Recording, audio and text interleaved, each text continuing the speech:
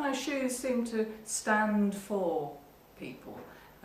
They seem to have this capacity to take the marks of the body, that as you walk about in your shoes, you will probably walk rather differently, if you go from sort of high heels to slippers and so on. That we change our shoes, when we finish work, we may put on our slippers when we get home and so on. So the changing of shoes is very much associated with moving between different parts of our lives. So those were the ideas that seemed interesting and worth exploring. And I think asking as well, what's the relationship between, say, Cinderella's magic slippers? None of us are under any illusions that a change of shoes is going to affect that kind of transformation. But if you look at shoe designers and shoe advertising, particularly the high end, often the claims made, the promises are huge. It's like shoes can completely transform your outfit. They can make you the woman of your dreams.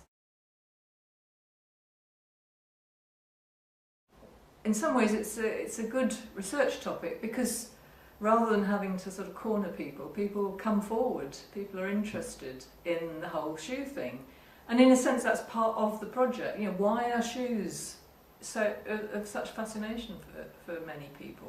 Why do they like to come? When we give academic papers, presentations, we always seem to get a whole room full of people who, wouldn't necessarily turn out for other topics. So there's something about them that's appealing to people.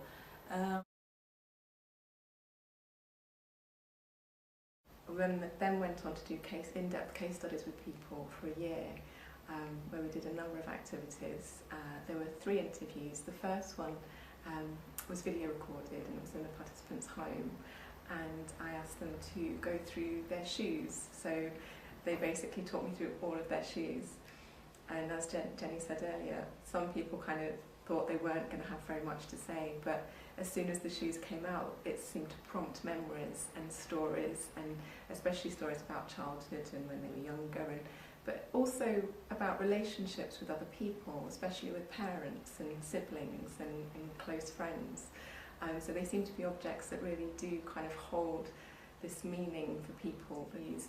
And participants did a shoe key where they recorded all of the shoes that they own and wrote a little bit about them. And every participant has said that they were surprised at how many pairs they had when they actually sat down and did an inventory of it effectively. So everyone had more than they thought they would. And participants have also done a shoe log, which is when they have kept a record for 3 weeks to 4 weeks. And it's a record that they keep every day of when they change their shoes through the course of the day. And that's a really interesting way to look at, well, it gives you a real insight into people's lives and what they're doing through the course of the day.